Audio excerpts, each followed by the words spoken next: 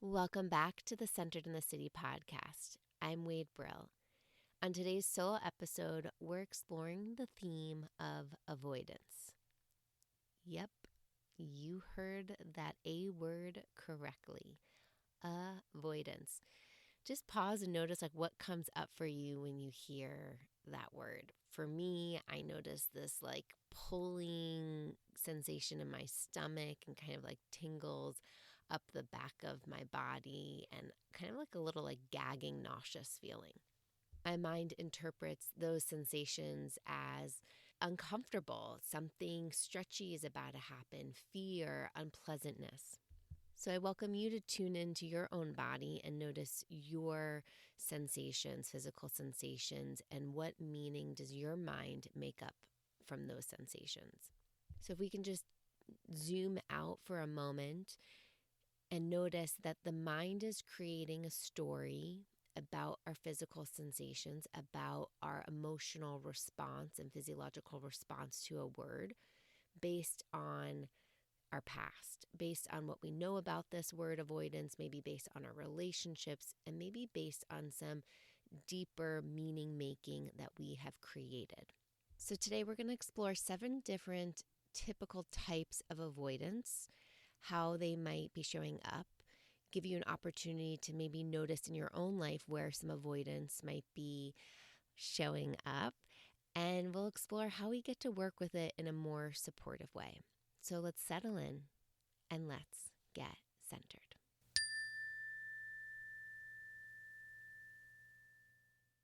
So what is avoidance? The basic Google definition of avoidance is the act of keeping away from something.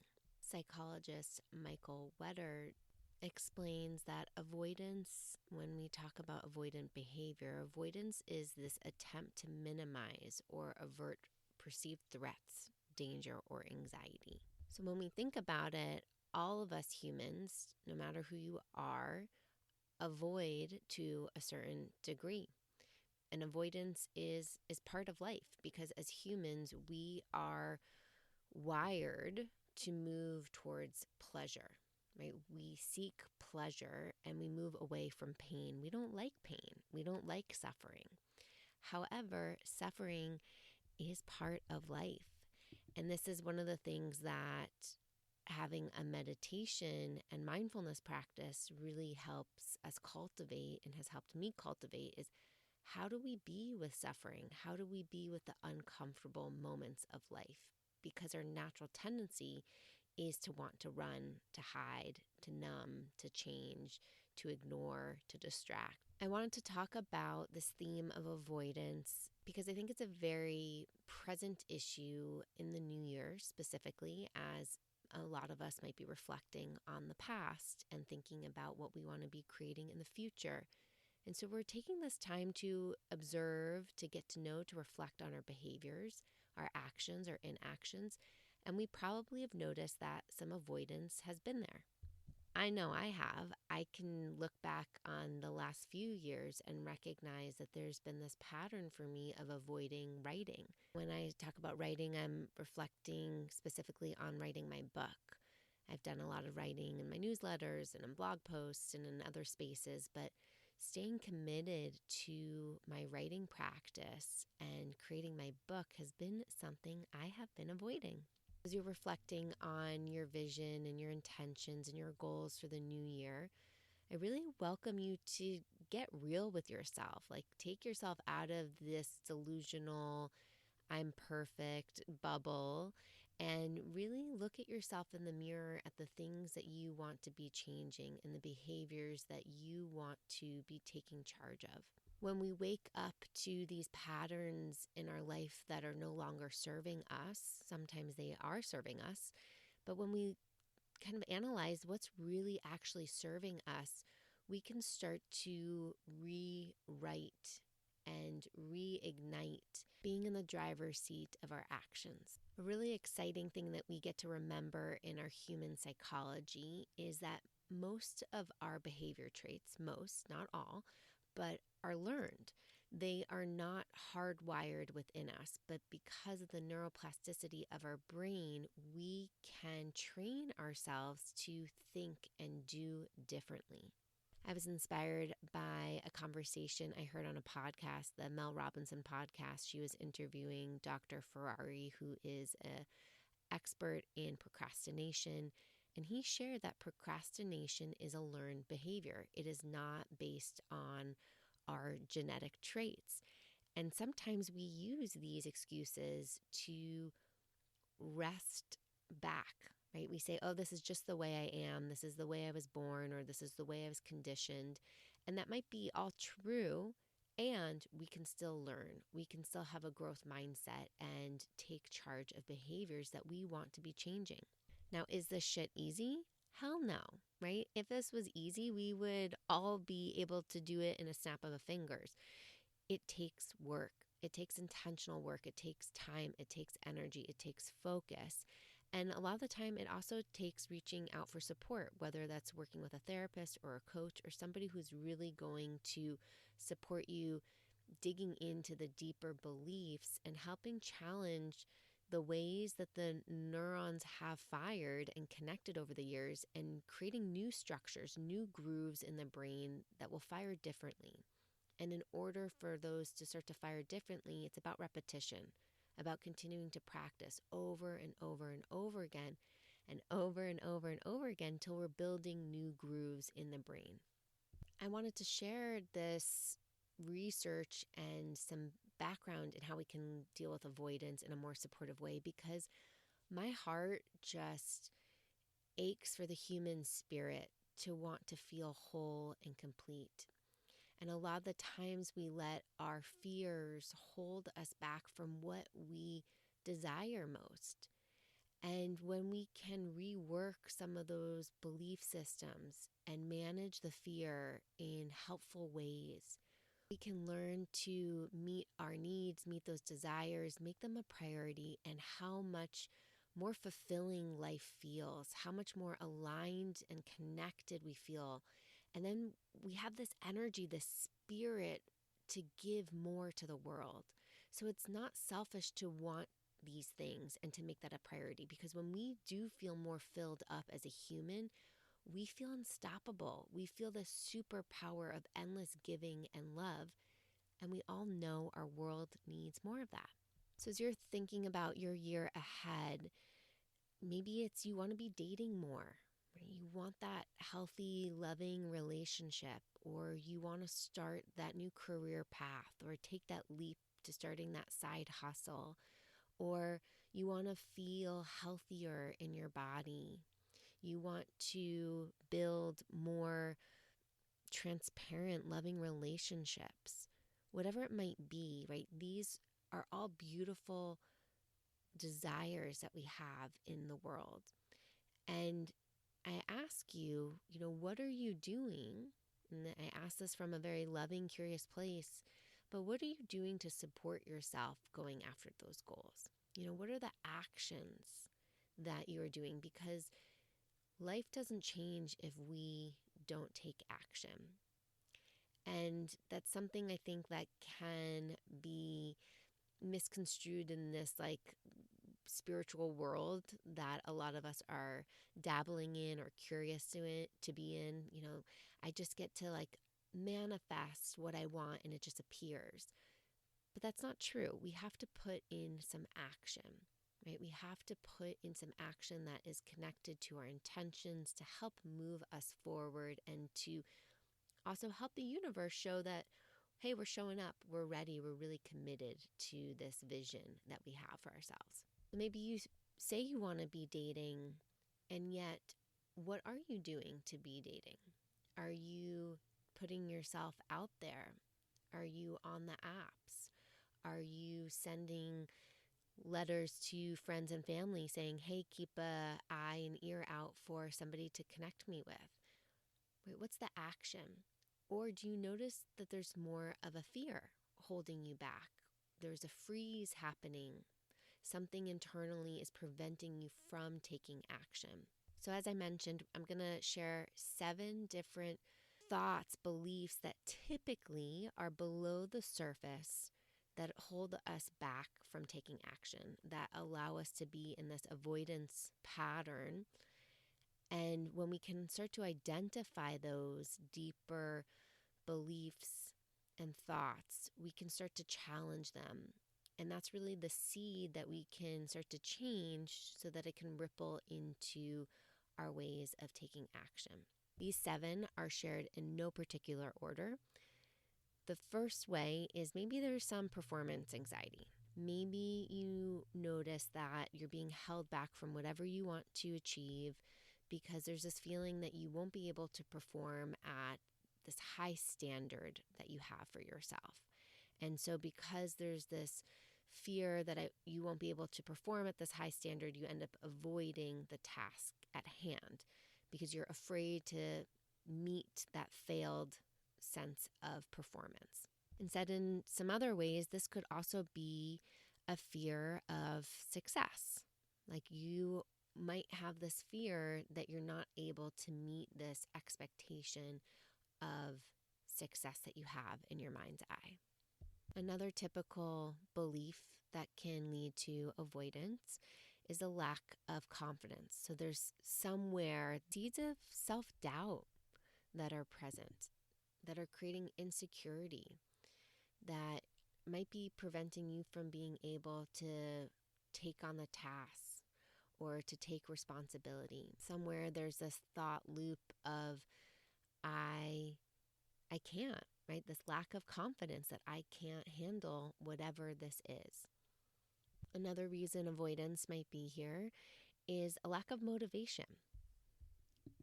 There might be a lack of drive or desire to do the thing. And this is a really interesting one because when we're not clearly linked up to why we want to be doing something, this lack of motivation can be really strong and create some avoidance. And sometimes it's coming actually from a place of wisdom because it's not an intentional desire. And so reworking and exploring, what would make it feel more motivating can be really helpful, connecting to that deeper why.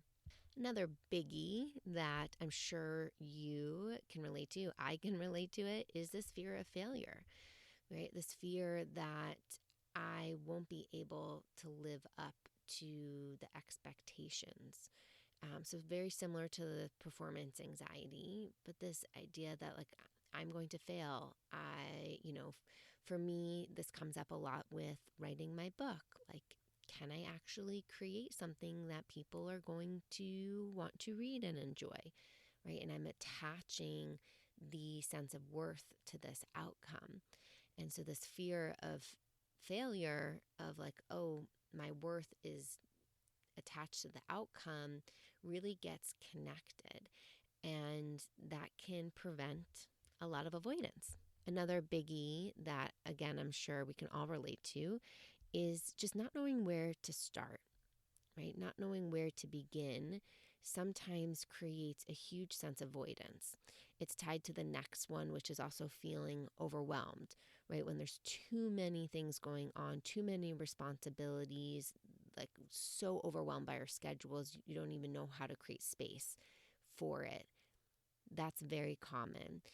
And this place of not even knowing where to begin, maybe the project feels so big, again, like writing a book, that you don't know where to begin. And so that freeze happens. This last one is also tied back to this lack of motivation, but maybe you're just noticing the thing that you're avoiding isn't actually meaningful or enjoyable. You're finding it hard to find a sense of engagement, right? To feel like it's actually forwarding enough or motivating enough to make it a priority. I'd like to pause right here and just share that there is no quick fix for any of this. There's no magic pill you can take for managing avoidance. It is work to understand what's at the root of each person's issue. And I say issue not from a sense of you have a problem, but from your specific situation that you're navigating, the goal that you want to be working on, the behavior that you want to be engaging. the deeper beliefs based on how you grew up, how you were conditioned. It's all connected. And this is where the gift of introspection and self-reflection come in. When we get to just even notice, hey, I'm having some avoidant behavior here, it becomes a huge insight where we can then start to work with and challenge and explore what's actually holding us back. When we can get in patterns of avoidance, it can actually create a lot of anxiety for ourselves.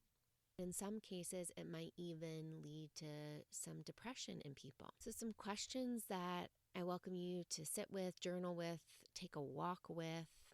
First, bring to mind an area of your life that you notice there's some avoidance. So maybe it's at work, you notice there's a coworker that you've been avoiding.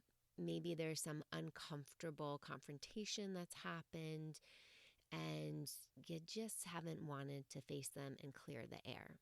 Maybe it's a certain project, like a personal project or a side hustle that you've wanted to start or a hobby you've wanted to look into. Maybe it's been your meditation practice or avoiding your movement practices, getting on that mat. Whatever it is, bringing it to mind in a loving, gentle, curious way, not judging the self, not creating more negative self-talk, and just gently asking yourself, like, why am I avoiding this? And see if one of those 7 factors or fears or beliefs start to come up for you, right? Is it this fear of failure? Is it the lack of motivation? So just starting to get curious. Maybe collect a little data like, how long have I been avoiding this, right? Is it just been the last few weeks because life has just really felt crunched with time? Has this been a few years, a few months? Again, getting curious, like, how does this avoidance make me feel? For most of us, we'll notice avoidance might have a present in the moment, a present positive experience, right? Because we're avoiding the discomfort of facing whatever it might be, the writing, that uncomfortable conversation. But it typically has more unpleasant effects afterwards, right? There's a continued feeling of like, I'm not doing that thing that I say matters, or I have to hide and make myself feel smaller so that I'm not interacting with this person or pretending this conversation doesn't matter. Next prompt is maybe exploring like, how does this avoidance affect my life? Right, really getting clear on like how is me continuing this avoidant behavior affecting my life, my relationships, my energy. Start to notice the impact. And then asking yourself, what would it be like if I didn't avoid? What would it be like if I did the thing? If I wrote my book, if I had that conversation, if I did my meditation practice? What would life look and feel like? And ask yourself, why is this important? Why is this action, this behavior important to me? Reconnect to this why, your values. And this is so essential because when we understand more of our values, it helps us take action. It helps us kind of cut through some of the clutter in our mind to take action. And sometimes we actually need to go deeper and peel back the different thoughts and beliefs that we've been holding on to find some healing and ability to move forward. When I've done this exercise, exploring, when driving was a thing on my list to do, like I really was like, I'm going to be a confident driver this year, and making driving a priority, I would notice avoidance happen all of the time. And for the listeners that don't know, I'm a born and raised New Yorker. I got my license when I was 19, but never really used it. And so here I am later in life trying to flex this muscle of driving when there's a lot more fear. There are a lot more stories in the mind that I have to work with. And so when I've noticed this avoidance show up, when my husband's like, hey, do you want to drive or do you want me to drive? I've been like, you drive, right? Because I feel that tension, that fear in my body, and it just feels more pleasant to avoid. So I started to recognize that pattern. And I was like, okay, this is not helpful, because the more I continue to stay in this avoidant pattern, to deflect taking action, to deflect being out of alignment with what I say matters, I am going to feel more and more stuck. More and more power is given to the fear. So I'd recognize that uncomfortable pulling feeling of nausea in my body, and I would say yes. I would say yes to the fear, and I would recognize it was going to feel more empowering on the other side. Even if I felt tremendous fear and discomfort in the midst of it, while I was saying yes, while I was sitting in the driver's seat. I definitely had various times where I was in the driver's seat, my husband was in the passenger seat, we were driving through a tunnel, over a bridge, or doing something for the first time, and I felt like I was going to have a panic attack. And just how working with that, calming my breath down, relaxing my body, staying focused on I am a capable driver, I am safe, asking him for support or questions where I needed it. Those were all ways to help me build my inner resource to be able to face this fear. And the more and more I would say yes to driving, the less scary it became, and the more empowered I became. And, this fear of failure was very present, and the fear of failure was very real, right? Like being in a car is kind of a life and death situation, or it can be, right? It's dangerous if you are not paying attention. So the fear had some validity to it, but I didn't want it to be overpowering me, keeping me small, holding me back from the life that I want to be living, which was being a capable, confident driver, to be able to help my family, to be able to participate, to be a adulting human. Exploring this avoidant behavior of writing my book, I've worked with it in many different ways. It has felt, some of the deeper beliefs around it's felt overwhelming, right? This big project, this big book, like having to think about where to start in the midst of that, to fear of failure, to lack of confidence, that has all popped up. And I have had to work with that on many layers, hiring my own coach, my own book coach, to help me think about writing for writing's sake, right? Taking the power back so that I'm not resting my attention on the outcome of what's going to happen on the other side, but instead I'm staying connected to the expression of writing, just the pure gift that writing is. And that has changed my relationship to my writing practice tremendously. So I'm not attached to the outcome. Is this good? Is this bad? Is this going to sell a lot? Am I going to get an agent, right? I'm not getting wrapped up into all of those overwhelming thoughts. Instead, I'm just staying connected to the action at hand. So as we continue to mindfully step into the new year, this new calendar year, I welcome you to explore some of your avoidant behaviors and get curious and see what you can learn about yourself. And maybe you recognize you can actually work with these avoidant behaviors on your own, or maybe you recognize, I need help. And that's okay too. It's okay to need help, because sometimes we get in our way and we need outside perspectives to help challenge ourselves, to help us think differently, to even reflect back some things that we don't know or we're not seeing that are in our blind spot. In my personal coaching practice, I have clients that typically experience a lot of anxiety.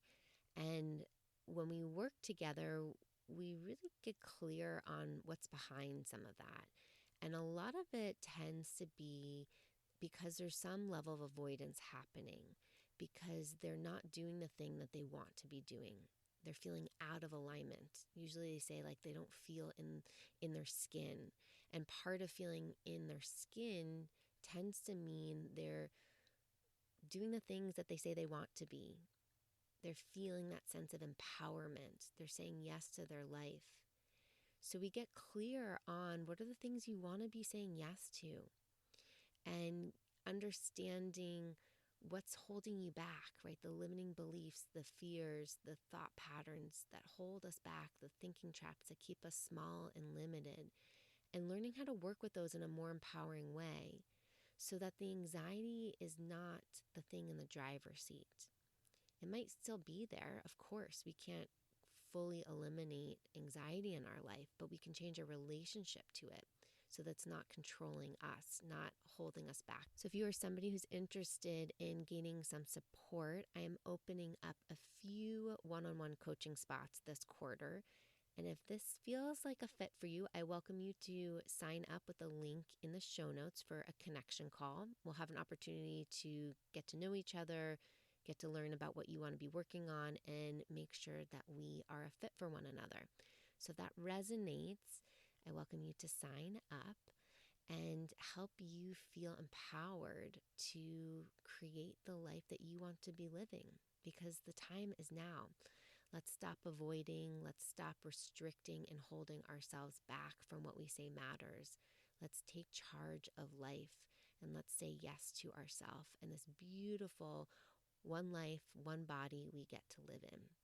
As always, thanks so much for listening to the Center in the City podcast and having me enter your ears, your heart, your mind. I hope you found this episode insightful.